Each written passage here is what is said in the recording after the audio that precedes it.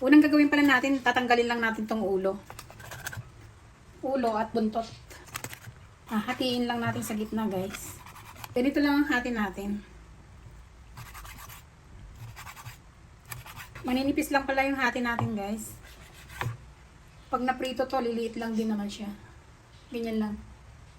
I-season lang natin ng asin at paminta, guys.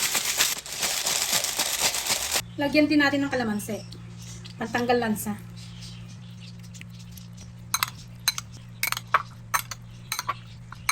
Marinate muna natin siya, guys, para manulot yung lasa. Ganito lang ang hiwa natin, guys, kililiit. Pag nahiwa na natin, guys, i-season lang natin ng salt and pepper ulit para magkalasa na yung ating toko. I-coat naman natin ngayon sa cornstarch, guys, bago natin prituhin. Pag ganitong brown na, guys, hanguin na natin. Huwag nyo masyadong tostahin, guys, para hindi matigas.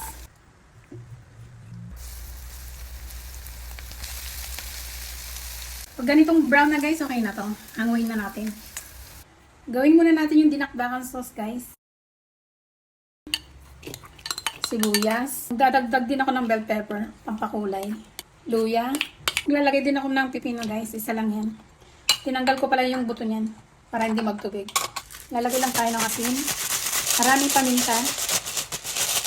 Pipigahan ko lang ng 4 na kalamansi ito, guys. Agad lang ako dito ng 2 pirasong bawang. Minins ko lang. Mayonnaise. 2 kutsarang liquid seasoning.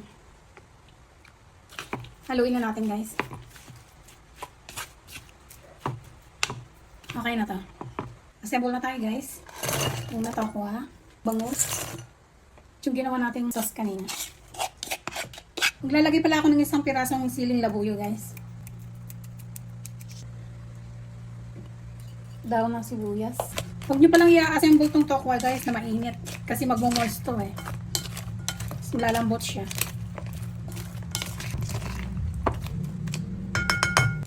Tikman nga natin, guys.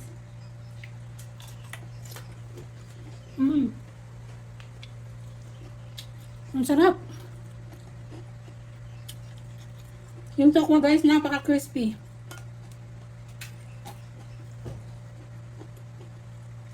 Gawa na rin kayo nito, guys. Napakasarap at napaka-healthy pa. Pwede rin itong pampulutan, mga mi.